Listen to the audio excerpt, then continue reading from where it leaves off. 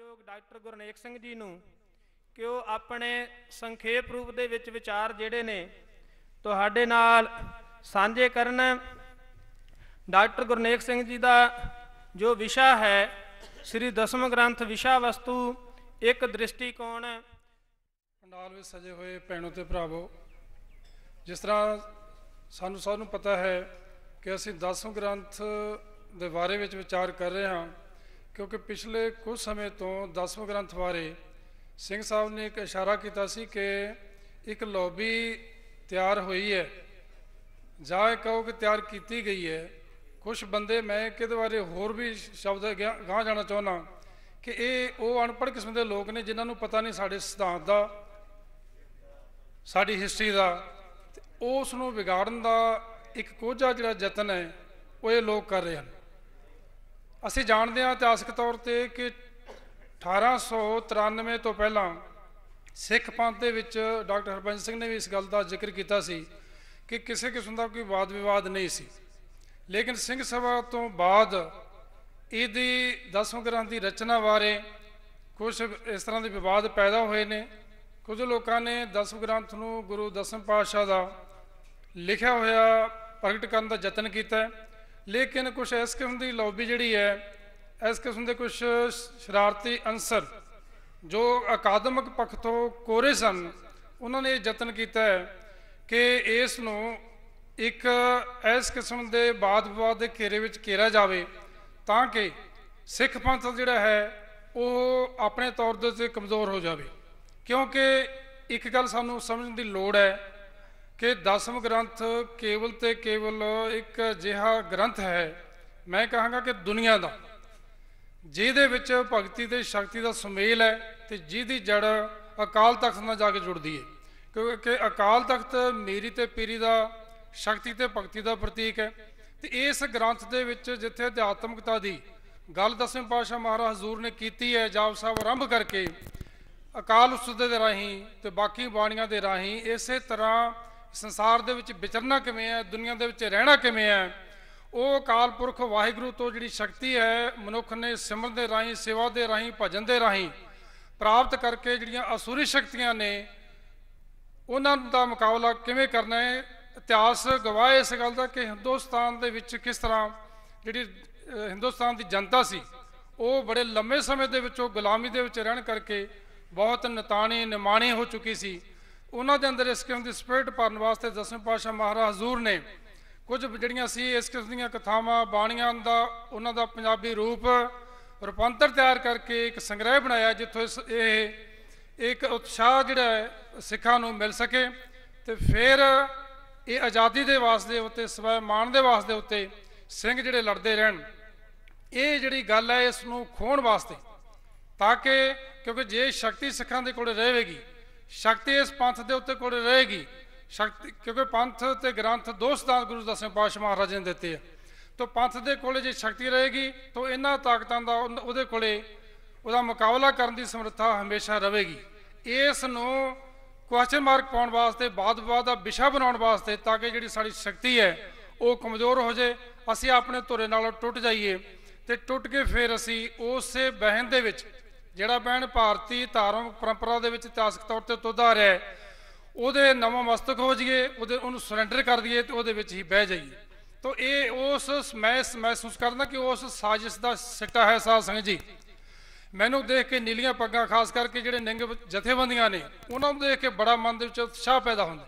ਤੇ ਮੈਂ ਇਹਨਾਂ ਸਿੰਘਾਂ ਨੂੰ ਪਹਿਲਾਂ ਵੀ ਬੇਨਤੀ ਕੀਤੀ ਸੀ ਕਿ ਤੁਹਾਡੇ ਕੋਲ ਦਸਵੇਂ ਪਾਤਸ਼ਾਹ ਮਹਾਰਾਜ ਨੇ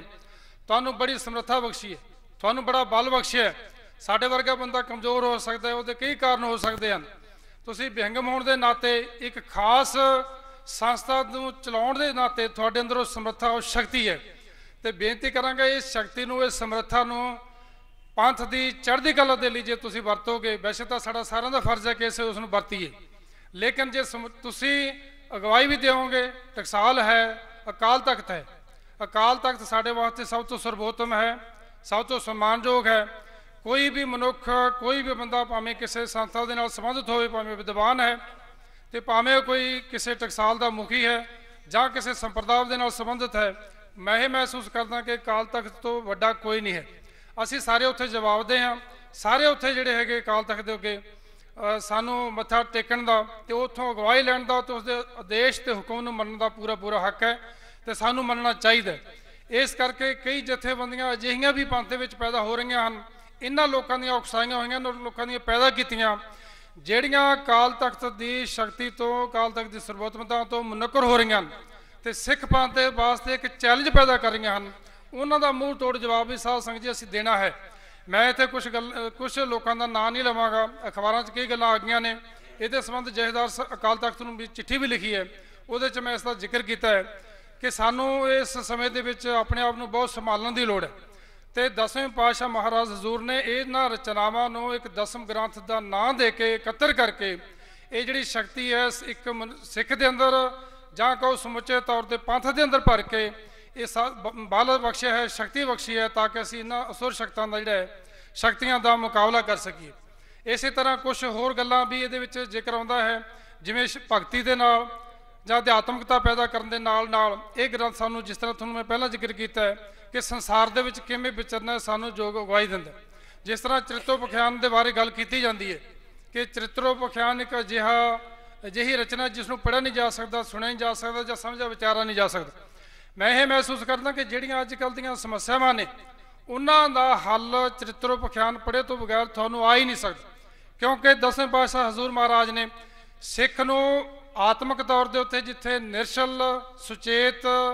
ਤੇ ਬਲ ਸ਼ਕਤੀਸ਼ਾਲੀ ਬਣਾਉਣ ਦਾ ਯਤਨ ਕੀਤਾ ਸੀ, ਉੱਥੇ ਉਸ ਦੇ ਨਾਲ ਸਰੀਰਕ ਤੌਰ ਦੇ ਉੱਤੇ ਵੀ ਉਹਨਾਂ ਨੇ ਇੱਕ ਸੁਚੇਤ ਕਰਨ ਦਾ ਯਤਨ ਕੀਤਾ ਹੈ ਕਿ ਜਿਹੜੀਆਂ ਇਸ ਕਿਸਮ ਦੀਆਂ ਤਾਕਤਾਂ ਨੇ ਜਿਨ੍ਹਾਂ ਦਾ ਸੰਬੰਧ ਮਨੁੱਖ ਦੀ ਸ਼ਕਤੀ ਨੂੰ ਖੀਣ ਕਰਨ ਦੇ ਨਾਲ ਹੈ, ਇਹਨਾਂ ਦਾ ਮੁਕਾਬਲਾ ਕਰਨਾ, ਇਹਨਾਂ ਤੋਂ ਸੁਚੇਤ ਰਹਿਣਾ ਤੇ ਉਸ ਗੁਰੂ ਦੀ ਓਟ ਆਸਰਾ ਲੈ ਕੇ ਗੁਰੂ ਦੇ ਦਰਸਾਏ ਹੋਏ ਰਸਤੇ ਦੇ ਉੱਤੇ ਚੱਲਣਾ ਹੈ। ਇਸ ਪੱਖ ਤੋਂ ਚਰਿਤੋਪਖਿਆਨ ਦਾ ਅਜੋਕੇ ਸਮੇਂ ਦੇ ਵਿੱਚ ਮੈਂ ਇਹ ਮਹਿਸੂਸ ਕਰਦਾ, ਇਹ ਤਾਂ ਕਹਿੰਦੇ ਨੇ ਕਿ ਸਾਨੂੰ ਇੱਕ ਬਹੁਤ ਕੰਜਰ ਬਾਣੀ ਕਿਸੇ ਨੇ ਲਿਖਿਆ ਇਸ ਨੂੰ, ਮੈਂ ਮਹਿਸੂਸ ਕਰਦਾ ਬਿਲਕੁਲ ਇਸ ਦੇ ਉਲਟ ਕਿ ਇਸ ਤੋਂ ਬਗੈਰ ਤੁਹਾਡਾ ਗੁਜ਼ਾਰਾ ਹੀ ਨਹੀਂ ਹੈ, ਸਿੱਖ ਪੰਥ ਦਾ ਗੁਜ਼ਾਰਾ ਨਹੀਂ ਹੈ ਜੇ ਅਸੀਂ ਨਹੀਂ ਪੜਾਂਗੇ, ਨਹੀਂ ਸਮਝਾਂਗੇ ਤੇ ਜਾਂ ਸਮਝ ਕੇ ਆਪਣੇ ਅਨੁਸਾਰ ਗੁਰੂ ਆਸ਼ੇ ਦੇ ਅਨੁਸਾਰ ਜੀਵਨ ਜਿਉਣ ਦਾ ਯਤਨ ਨਹੀਂ ਕਰਾਂਗੇ। ਇਸੇ ਤਰ੍ਹਾਂ ਜਿਹੜੀ ਅਵਤਾਰ ਬਾਣੀ ਹੈ, ਅਵਤਾਰ ਬਾਣੀ ਦੇ ਵਿੱਚ ਵੀ ਇਹ ਲੋਕ ਕਹਿੰਦੇ ਨੇ ਕਿ ਦੇਖੋ ਜੀ ਇਹ ਤਾਂ ਹਿੰਦੂ ਮਤ ਦੀ ਗੱਲ ਕਰਦੇ ਨੇ, ਅਵਤਾਰ ਦੀ ਪੂਜਾ ਦੇ ਉੱਤੇ ਗੁਰੂ ਸਾਹਿਬ ਨੇ ਜ਼ੋਰ ਦਿੱਤਾ ਹੈ। ਇਹ ਜਿਹੜਾ ਇਸ ਕਿਸਮ ਦੀ ਸ਼ੰਕਾ ਹੈ, ਵਿਵਾਦ ਹੈ, ਇਹ ਬਿਲਕੁਲ ਨਿਰਭੂਲ ਗੱਲ ਹੈ, ਕਿਉਂਕਿ ਗੁਰੂ ਸਾਹਿਬ ਨੇ ਅਵਤਾਰਾਂ ਦੇ ਰਾਹੀਂ ਸਮੁੱਚੇ ਦਸਮ ਗ੍ਰੰਥ ਦੀ ਬਾਣੀ ਸੰਕਲਿਤ ਕਰਕੇ ਉਹਦਾ ਸੰਕਲਨ ਕਰਨ ਦੇ ਰਾਹੀਂ ਸਾਨੂੰ ਇੱਕ ਸੰਕੇਤ ਦਿੱਤਾ, ਸਾਨੂੰ ਇੱਕ ਉਪਦੇਸ਼ ਦਿੱਤਾ ਹੈ ਕਿ ਅਸੀਂ ਧਰਮਕ ਯੁੱਧ ਕੇ ਚਾਹੇ ਹੈ ਔਰ ਵਾਸ਼ਨਾ ਨਾ ਹੈ ਕਿ ਧਰਮ ਯੁੱਧ ਕੇ ਚਾਹੇ ਕਿ ਧਰਮ ਯੁੱਧ ਦੀ ਸਪਿਰਿਟ ਪੈਦਾ ਕਰਨ ਵਾਸਤੇ ਸਿੱਖ ਪੰਥ ਦੇ ਵਿੱਚ ਇਸ ਕਿਸਮ ਦੀ ਜਿਹੜੀ ਬਾਣੀ ਹੈ ਜਾਂ ਕਥਾ ਕਹਾਣੀਆਂ ਜਿਹੜੀਆਂ ਭਾਰਤੀ ਪਰੰਪਰਾ ਦੇ ਵਿੱਚ ਉਪਲਬਧ ਸੀ, ਮਿਲਦੀਆਂ ਸੀ, ਉਹਨਾਂ ਤੋਂ ਤਾਂ ਕਿ ਸਿੱਖ ਨੂੰ ਉਤਸ਼ਾਹ ਮਿਲ ਸਕੇ, ਸੇਧ ਮਿਲ ਸਕੇ, ਤਾਂ ਉਹਦਾ ਸੰਕਲਨ ਕੀਤਾ। ਦੂਸਰੀ ਗੱਲ ਇਹਦੇ ਨਾਲ ਇੱਕ ਬਹੁਤ ਹੋਰ ਮਹੱਤਵਪੂਰਨ ਹੈ, ਉਹ ਇਹ ਹੈ ਕਿ ਜਿਸ ਤਰ੍ਹਾਂ ਅਵਤਾਰਵਾਦ ਦੇ ਨਾਲ ਭਾਰਤੀ ਇਤਿਹਾਸ ਦੇ ਵਿੱਚ ਅਸੀਂ ਦੇਖਦੇ ਹਾਂ ਕਿ ਸ਼ਖਸੀ ਪੂਜਾ ਜਿਹੜੀ ਹੈ ਉਹ ਆਰੰਭ ਹੋ ਗਈ ਸੀ, ਤੇ ਜਦੋਂ ਸ਼ਖਸੀ ਪੂਜਾ ਆਰੰਭ ਹੋ ਜਾਂਦੀ ਹੈ ਉਹ ਮਨੁੱਖ ਦੀ ਸ਼ਕਤੀ ਟੁੱਟ ਜਾਂਦੀ ਹੈ। ਸਾਨੂੰ ਬਾਰ-ਬਾਰ ਇਹ ਗੱਲ ਕਿਉਂ ਦ੍ਰਿੜ ਕਰਾਈ ਜਾਂਦੀ ਹੈ, ਗੁਰਬਾਣੀ ਦੇ ਵਿੱਚ ਕਿਉਂ ਸੰਕੇਤ ਨੇ ਜਾਂ ਇਤਿਹਾਸ ਦੇ ਵਿੱਚ ਸਾਨੂੰ ਕਿਉਂ ਗਵਾਹੀ ਇਸ ਤਰ੍ਹਾਂ ਦੀ ਮਿਲਦੀ ਹੈ, ਕਿਉਂਕਿ ਅਕਾਲ ਤਖਤ ਦੇ ਨਾਲ ਜੁੜਨ ਵਾਸਤੇ ਜਾਂ ਅਕਾਲ ਤਖਤ ਦਾ ਹੁਕਮ ਮੰਨਣ ਵਾਸਤੇ, ਕਿਉਂਕਿ ਅਸੀਂ ਕਿਸੇ ਮਨੁੱਖ ਨਾਲ ਨਹੀਂ ਜੁੜਨਾ। ਗੁਰੂ ਸਾਹਿਬ ਦਸਮ ਪਾਤਸ਼ਾਹ ਮਹਾਰਾਜ ਨੇ ਸਾਨੂੰ ਸ਼ਬਦ ਗੁਰੂ ਸਿਧਾਂਤ ਨਾਲ ਸਾਹਿਬ ਸ੍ਰੀ ਗੁਰੂ ਗ੍ਰੰਥ ਸਾਹਿਬ ਦੇ ਅੱਗੇ ਆਪ ਮੱਥਾ ਟੇਕ ਕੇ ਉਹਦੇ ਨਾਲ ਸਾਨੂੰ ਜੁੜਿਆ। ਇਸੇ ਤਰ੍ਹਾਂ ਸ਼ਕਤੀ ਭਗਤੀ ਦੇ ਸਮੇਲ ਜਿਹੜਾ ਅਕਾਲ ਤਖਤ ਦੇ ਨਾਲ ਜੁੜਿਆ। ਤੇ ਜਦੋਂ ਅਸੀਂ ਸਾਧ ਸੰਗਤ ਜੀ, ਵਿਦਵਾਨ ਦੋਸਤੋ, ਭੈਣੋ ਤੇ ਭਰਾਵੋ, ਜਦੋਂ ਅਸੀਂ ਇੱਕ ਮਨੁੱਖ ਨਾਲ ਜੁੜ ਜਾਵਾਂਗੇ, ਇਹ ਮੈਂ ਤੁਹਾਨੂੰ ਇੱਥੇ ਕਹਿਣਾ ਚਾਹਾਂਗਾ, ਗੁਰੇਜ਼ ਨਹੀਂ ਕਰਾਂਗਾ ਕਿ ਸਿੱਖ ਪੰਥ ਦੇ ਵਿੱਚ ਬਹੁਤ ਜ਼ਿਆਦੀਆਂ ਸੰਪਰਦਾਵਾਂ ਨੇ, ਬੜੇ ਆਪਣੇ ਤੌਰ ਦੇ ਉੱਤੇ ਜਿਹੜੇ ਹੈਗੇ, ਮੈਂ ਇਹ ਕਹਾਂਗਾ ਸ਼ਬਦ ਭੈੜੇ ਨੇ, ਥੋੜ੍ਹੇ ਜਿਹੇ ਦੁਕਾਨਾਂ ਸ਼ੁਰੂ ਕੀਤੀਆਂ ਹੋਈਆਂ ਨੇ। ਹਰ ਮਨੁੱਖ ਜਿਹੜਾ ਦਸਵੇਂ ਪਾਤਸ਼ਾਹ ਨੇ ਇਸ ਗੱਲ ਦਾ ਜ਼ਿਕਰ ਇਸ ਗ੍ਰੰਥ ਦੇ ਵਿੱਚ ਕੀਤਾ ਕਿ ਜਿੰਨੇ ਲੋਕ ਆਏ ਨੇ ਸਾਰਿਆਂ ਨੇ ਆਪਣਾ ਨਾਂ ਜਪਾਉਣਾ ਸ਼ੁਰੂ ਕਰਤਾ। ਅਕਾਲ ਪੁਰਖ ਵਾਹਿਗੁਰੂ ਦਾ ਉਪਦੇਸ਼ ਦੇਣ ਦੀ ਬਜਾਏ, ਅਕਾਲ ਪੁਰਖ ਵਾਹਿਗੁਰੂ ਦੇ ਨਾਲ ਜੋੜਨ ਦੀ ਬਜਾਏ, ਉਹਨਾਂ ਮਨੁੱਖਾਂ ਨੇ, ਉਹਨਾਂ ਪੀਰਾਂ ਨੇ, ਉਹਨਾਂ ਅਵਤਾਰਾਂ ਨੇ ਆਪਣੇ ਨਾਲ ਜੋੜ ਲਿਆ। ਤੇ ਉਹਦਾ ਸਿੱਟਾ ਕੀ ਹੋਇਆ? ਭਾਰਤ ਦੀ ਜਨਤਾ ਅਸੀਂ ਜਾਣਦੇ ਹਾਂ ਕਿ 8ਵੇਂ ਸਦੀ ਤੋਂ ਲੈ ਕੇ ਤਕਰੀਬਨ 1200 ਸਾਲ ਦੇ ਲਗਭਗ ਭਾਰਤੀ ਜਨਤਾ ਗੁਲਾਮ ਰਹੀ ਹੈ, ਗੁਲਾਮੀ ਦੀਆਂ ਜੰਜੀਰਾਂ ਨਾਲ ਜਕੜੀ ਗਈ ਹੈ। ਇਹ ਜੰਜੀਰਾਂ ਤੋੜਨ ਵਾਸਤੇ ਸਾਧ ਸੰਗਤ ਜੀ ਗੁਰੂ ਦਸਮ ਪਾਤਸ਼ਾਹ ਹਜ਼ੂਰ ਮਹਾਰਾਜ ਨੇ ਇਹ ਸਾਨੂੰ ਅਦੁੱਤੀ ਜਿਹੜਾ ਗ੍ਰੰਥ ਉਹ ਦਿੱਤਾ ਹੈ। ਤੇ ਕਮਾਲ ਦੀ ਗੱਲ ਇਹ ਕਿ ਦੁਨੀਆ ਦਾ ਦੋ ਗੱਲਾਂ ਮੈਨੂੰ ਇਸ ਗ੍ਰੰਥ ਦੇ ਵਿੱਚ ਕਮਾਲ ਦੀਆਂ ਲੱਗੀਆਂ ਨੇ, ਜਿਹੜੀਆਂ ਹੋਰ ਕਿਸੇ ਧਾਰਮਿਕ ਗ੍ਰੰਥ ਦੇ ਵਿੱਚ ਮੈਨੂੰ ਨਹੀਂ ਲੱਗੀਆਂ ਜਿੰਨੀ ਕਿ ਮੇਰੀ ਤੁਛ ਬੁੱਧੀ ਹੈ। ਇੱਕ ਤਾਂ ਇਹ ਕਿ ਇਹ ਗ੍ਰੰਥ ਦੇ ਵਿੱਚ ਸ਼ਕਤੀ ਤੇ ਭਗਤੀ ਦਾ ਸੁਮੇਲ ਹੈ, ਹੋਰ ਤੁਹਾਨੂੰ ਕਿਸੇ ਗ੍ਰੰਥ ਦੇ ਵਿੱਚ ਅਜਿਹੀ ਗੱਲ ਨਹੀਂ ਮਿਲੂਗੀ। ਨੰਬਰ 2, ਭਾਰਤ ਦੇ ਵਿੱਚ ਇਸ ਕਿਸਮ ਦਾ ਸਾਹਿਤ ਰਚਿਆ ਜਾ ਰਿਹਾ ਸੀ ਜਿਸ ਦਾ ਨਾਂ ਸ਼ਿੰਗਾਰ ਰਸ ਦੇ ਨਾਲ ਉਹਦਾ ਸੰਬੰਧ ਸੀ, ਲੇਕਿਨ ਗੁਰੂ ਸਾਹਿਬ ਨੇ ਉਸ ਨੂੰ ਬਿਲਕੁਲ ਹੀ ਬਦਲ ਕੇ ਵੀਰ ਰਸ ਉਹਦੇ ਵਿੱਚ ਪੈਦਾ ਕਰਕੇ ਵੀਰ ਰਸ ਸਿੱਖਾਂ ਦੇ ਵਿੱਚ ਪੰਥ ਦੇ ਵਿੱਚ ਪੈਦਾ ਕੀਤਾ, ਤਾਂ ਕਿ ਆਉਣ ਵਾਲਾ ਜਿਹੜਾ ਵਿਖੜੇ ਸਮੇਂ ਹੈ ਉਹਦੇ ਵਿੱਚ ਜਿਹੜਾ ਸਿੱਖ ਪੰਥ ਹੈ ਉਹਨਾਂ ਦਾ ਮੁਕਾਬਲਾ ਕਰ ਸਕੇ। ਤੇ ਗੁਰੂ ਪਾਤਸ਼ਾਹ ਗੁਰੂ ਨਾਨਕ ਸਾਹਿਬ ਮਹਾਰਾਜ ਸੱਚੇ ਪਾਤਸ਼ਾਹ ਤੋਂ ਲੈ ਕੇ 10ਵੇਂ ਪਾਤਸ਼ਾਹ ਹਜ਼ੂਰ ਤੱਕ ਜੋ ਗੁਰਬਾਣੀ ਜਾਂ ਉਪਦੇਸ਼ ਉਹਨਾਂ ਦਾ ਸੀ, ਉਹਦਾ ਪ੍ਰਚਾਰ ਤੇ ਪ੍ਰਸਾਰ ਕਰਨ ਦੇ ਲਈ ਇਸ ਸੰਸਾਰ ਦੇ ਵਿੱਚ ਇੱਕ ਯੋਗ ਸੰਤ ਤੇ ਸਿਪਾਹੀ ਹੋਣ ਦੇ ਨਾਤੇ ਆਪਣਾ ਜਿਹੜਾ ਯੋਗਦਾਨ ਪਾ ਸਕੇ। ਲੇਕਿਨ ਮੈਂ ਜ਼ਿਕਰ ਕਰ ਰਿਹਾ ਸੀ, ਮਨੁੱਖ ਨਾਲ ਜਦੋਂ ਬੰਦਾ ਜੁੜ ਜਾਂਦਾ ਹੈ ਤੇ ਫਿਰ ਉਹ ਆਪਣੇ ਅਸਲੇ ਧੁਰੇ ਨੂੰ ਟੁੱਟ ਕੇ ਕਮਜ਼ੋਰ ਹੋ ਜਾਂਦਾ ਹੈ। ਇਸੇ ਤਰ੍ਹਾਂ ਕੁਝ ਜਥੇਬੰਦੀਆਂ ਸਾਧ ਸੰਗਤ ਜੀ ਅੱਜ ਵੀ ਹਨ ਜਿਨ੍ਹਾਂ ਬਾਰੇ ਤੁਹਾਨੂੰ ਵੀ ਸ਼ਾਇਦ ਪਤਾ ਹੋਊਗਾ। ਇੱਕ ਮੈਂ ਜ਼ਿਕਰ ਇੱਥੇ ਜ਼ਰੂਰ ਤੁਹਾਡੀ ਆਗਿਆ ਨਾਲ ਕਰਨੀ ਚਾਹਾਂਗਾ, ਜੇ ਤੁਸੀਂ ਮਾਈਂਡ ਨਾ ਕਰੋ, ਕਿਉਂਕਿ ਮੈਨੂੰ ਗੱਲ ਇਹ ਚੁਭਦੀ ਹੈ, ਮੈਂ ਇਹਨੂੰ ਬਰਦਾਸ਼ਤ ਨਹੀਂ ਕਰ ਸਕਿਆ। ਮੈਂ ਪਿਛਲੇ 2-3 ਦਿਨਾਂ ਤੋਂ ਸੌਂ ਨਹੀਂ ਸਕਿਆ। ਉਹਦਾ ਕਾਰਨ ਇਹ ਸੀ, ਇੱਕ ਨਿਊਜ਼ ਆਈ ਸੀ ETC ਚੈਨਲ ਤੇ ਸੀ, ਮੇਰਾ ਖਿਆਲ 1 ਤਰੀਕ ਦੀ ਰਾਤ ਨੂੰ 7 ਵਜੇ, ਤੇ ਉਹਦੇ ਵਿੱਚ ਮੈਂ ਕਿਸੇ ਦਾ ਵਿਰੋਧੀ ਨਹੀਂ, ਸਭ ਮਹਾਂਪੁਰਖਾਂ ਦਾ ਮੇਰੇ ਮਨ ਦੇ ਵਿੱਚ ਬਹੁਤ ਸਤਿਕਾਰ ਇਸ ਕਰਕੇ ਹੈ ਕਿਉਂਕਿ ਮੈਂ ਬਹੁਤ ਨਿਗੁਣਾ, ਮੇਰੇ ਅੰਦਰ ਉਨੀ ਬਾਣੀ ਦੀ ਸਪੇਟ ਨਹੀਂ, ਨਾ ਮੈਂ ਭਜਨੀਕਾ, ਨਾ ਮੈਂ ਸਿਮਰਨ ਕਰਨ ਵਾਲਾ, ਨਾ ਉਨੀ ਮੈਂ ਸੇਵਾ ਕਰਦਾ। ਮੇਰੇ ਨਾਲੋਂ ਸਾਰੇ ਹੀ ਸਤਿਕਾਰਯੋਗ ਨੇ, ਸਾਰੇ ਸਤਿਕਾਰ ਦੇ ਪਾਤਰ ਨੇ, ਮੈਂ ਸਾਰਿਆਂ ਅੱਗੇ ਸਿਰ ਝੁਕਾਉਣਾ। ਲੇਕਿਨ ਜਿੱਥੇ ਗੁਰੂ ਸਿਧਾਂਤ ਦੀ ਅਵਹੇਲਨਾ ਹੁੰਦੀ ਹੈ ਉੱਥੇ ਮਨ ਨੂੰ ਠੇਸ ਜ਼ਰੂਰ ਵੱਜਦੀ ਹੈ, ਇਸ ਲਈ ਮੈਂ ਤੁਹਾਡੇ ਨਾਲ ਸਾਂਝੀ ਕਰਨੀ ਚਾਹਾਂਗਾ। ਤੋਂ 1 ਤਰੀਕ ਨੂੰ ਸਾਧ ਸੰਗਤ ਜੀ 7 ਵਜੇ ਇਹ ਇੱਕ ਨਿਊਜ਼ ਦਿੱਤੀ ਜਾ ਰਹੀ ਸੀ ਜਿਹਦੇ ਵਿੱਚ ਬਾਬਾ ਆਨੰਦ ਸਿੰਘ ਜੀ ਕਲੇਰਾਂ ਵਾਲੇ, ਉਹਨਾਂ ਦਾ ਮੈਂ ਬਹੁਤ ਸਤਿਕਾਰ ਕਰਦਾ, ਤੁਹਾਨੂੰ ਪਹਿਲਾਂ ਵੀ ਬੇਨਤੀ ਕੀਤੀ ਹੈ, ਤੇ ਉਹਨਾਂ ਦੀ ਫੋਟੋ ਨੂੰ 2 ਸਿੰਘ ਚਬਰ ਕਰਦੇ ਆ ਰਹੇ ਨੇ, ਤੇ ਚਬਰ ਕਰਨ ਤੋਂ ਬਾਅਦ ਇੱਕ ਖਾਸ ਸਜਾਈ ਕੁਰਸੀ ਤੇ ਸਜਾ ਕੇ ਫਿਰ ਵੀ ਚਬਰ ਕਰਦੇ ਆ ਰਹੇ ਨੇ। ਇਸ ਤੋਂ ਪਿੱਛੋਂ ਸਾਰੇ ਉਸ ਨਗਰ ਦੇ ਵਿੱਚ, ਕਿਉਂਕਿ ਮੈਂ ਅੱਧੀ ਨਿਊਜ਼ ਦੇਖੀ ਹੈ, ਸਾਰੇ ਨਗਰ ਦੇ ਵਿੱਚ ਉਹਨੂੰ ਘੁਮਾਇਆ ਜਾਂਦਾ। ਉਸੇ ਤਰ੍ਹਾਂ ਵਾਪਸ ਜਾ ਕੇ ਗੁਰੂ ਗ੍ਰੰਥ ਸਾਹਿਬ ਮਹਾਰਾਜ ਜੀ ਪ੍ਰਕਾਸ਼ ਹੋਇਆ ਹਜ਼ੂਰੀ ਦੇ ਵਿੱਚ ਉਹ ਫੋਟੋ ਨੂੰ ਫਿਰ ਉਸੇ ਵਿਧੀ ਨਾਲ ਉੱਥੇ ਰੱਖ ਕੇ ਜਾਂ ਸਥਾਪਿਤ ਕਰਕੇ ਤੇ ਫਿਰ ਬਾਣੀ ਦਾ ਪਾਠ ਸ਼ੁਰੂ ਹੁੰਦਾ। ਉਸ ਤੋਂ ਬਾਅਦ ਇੱਕ ਸਿੰਘ ਜਿਹੜਾ ਹੈ ਉਹ ਕੀਰਤਨ ਕਰ ਰਿਹਾ, ਤੇ ਕੀਰਤਨ ਦੀ ਧਾਰਨਾ ਇਹ ਰੱਖੀ ਬਾਬਾ ਚਰਨਾਂ ਦੇ ਨਾਲ, ਚਰਨਾਂ ਦੇ ਕੋਲ।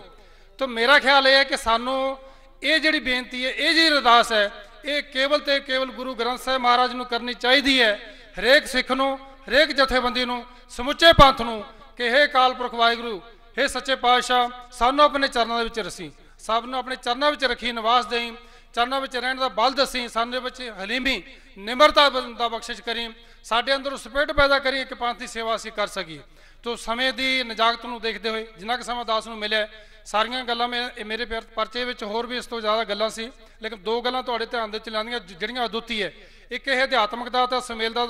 ਹੈਗਾ, ਸ਼ਕਤੀ ਦਾ ਸੁਮੇਲ ਹੈ ਗ੍ਰੰਥ, ਤੇ ਦੂਜਾ ਵੀਰ ਰਸੀ ਕਵਿਤਾ ਦਾ ਗ੍ਰੰਥ ਹੈ, ਜਿਹੜਾ ਕਿ ਹੋਰ ਹਿੰਦੀ ਸਾਹਿਤ ਦੇ ਵਿੱਚ ਵੀ ਡਾਕਟਰ ਜੋਤ ਸਿੰਘ ਬੈਠੇ ਨੇ, ਮੈਂ ਤੋਂ ਬਹੁਤ ਵੱਡੇ ਵਿਦਵਾਨ ਨੇ, ਮੈਂ ਤਾਂ ਉਹਦੇ ਚਰਨਾਂ 'ਚ ਸੇਵਾ ਕਰਨ ਦਾ ਮੈਨੂੰ ਮੌਕਾ ਮਿਲਿਆ, ਇਹ ਸ਼ਬਦ ਦੱਸਣਗੇ ਇਸ ਤੋਂ ਇਲਾਵਾ ਹੋਰ ਵੀ ਕੋਈ ਚੀਜ਼। ਪਰ ਮੇਰੀ ਜਿੰਨਾ ਕਿ ਮੈਨੂੰ ਸਮਝ ਆਈ ਹੈ, ਇਸ ਕਿਸਮ ਦਾ ਹੋਰ ਸਾਧ ਸੰਗਤ ਜੀ ਕੋਈ ਗ੍ਰੰਥ ਨਹੀਂ ਹੈ। ਸਾਨੂੰ ਇਸ 'ਤੇ ਮਾਣ ਹੋਣਾ ਚਾਹੀਦਾ ਹੈ ਤੇ ਵਿਰੋਧੀ ਤਾਕਤਾਂ ਦਾ ਸਾਨੂੰ ਡਟ ਕੇ ਮੁਕਾਬਲਾ ਕਰਨਾ ਚਾਹੀਦਾ ਹੈ। ਇਹ ਨਹੀਂ ਕਿ ਇੱਕ ਜਥੇਬੰਦੀ ਦੀ ਕੰਮ ਹੈ, ਨਾ ਇਹ ਟਕਸਾਲ ਦਾ ਕੰਮ ਹੈ, ਨਾ ਕਿਸੇ ਹੋਰ ਜਥੇਬੰਦੀ ਦਾ ਕੰਮ ਹੈ। ਮੈਂ ਬਾਬਾ ਹਰਨਾਮ ਸਿੰਘ ਜੀ ਦਾ ਦਿਲੋਂ ਧੰਨਵਾਦੀ ਹਾਂ, ਜਿਨ੍ਹਾਂ ਨੇ ਤਨ ਦੇ ਨਾਲ, ਮਨ ਦੇ ਨਾਲ, ਧਨ ਦੇ ਨਾਲ ਦਿਨ ਰਾਤ ਕਰਕੇ ਆਪਣਾ ਸਾਰੀ ਜਿਹੜੀ ਮਨ ਦੀ ਇਕਾਗਰਤਾ ਹੈ ਇੱਧਰ ਲਾ ਕੇ, ਕਿੱਧਰ ਕੇਂਦਰਿਤ ਕਰਕੇ, ਇੱਧਰ ਇਕਾਗਰ ਕਰਕੇ ਜਿਹੜਾ ਇਹ ਇਸ ਕਿਸਮ ਦਾ ਕੰਮ ਕਰ ਰਹੇ ਨੇ, ਇਹ ਧੰਨਤਾ ਦੇ ਯੋਗ ਨੇ, ਵਧਾਈ ਦੇ ਪਾਤਰ ਨੇ। ਅਸੀਂ ਸਾਰੇ ਇਹਨਾਂ ਦੇ ਬਹੁਤ ਬਹੁਤ ਸ਼ੁਕਰਗੁਜ਼ਾਰ ਹਾਂ, ਆਪ ਸਭ ਦੇ ਸ਼ੁਕਰਗੁਜ਼ਾਰ ਹਾਂ ਕਿ ਆਪ ਇੱਥੇ ਆ ਕੇ ਦਰਸ਼ਨ ਦਿੱਤੇ ਨੇ ਤੇ ਵਿਚਾਰ ਸੁਣ ਰਹੇ। ਵਾਹਿਗੁਰੂ ਜੀ ਕਾ ਖਾਲਸਾ, ਵਾਹਿਗੁਰੂ ਜੀ ਕੀ ਫਤਿਹ।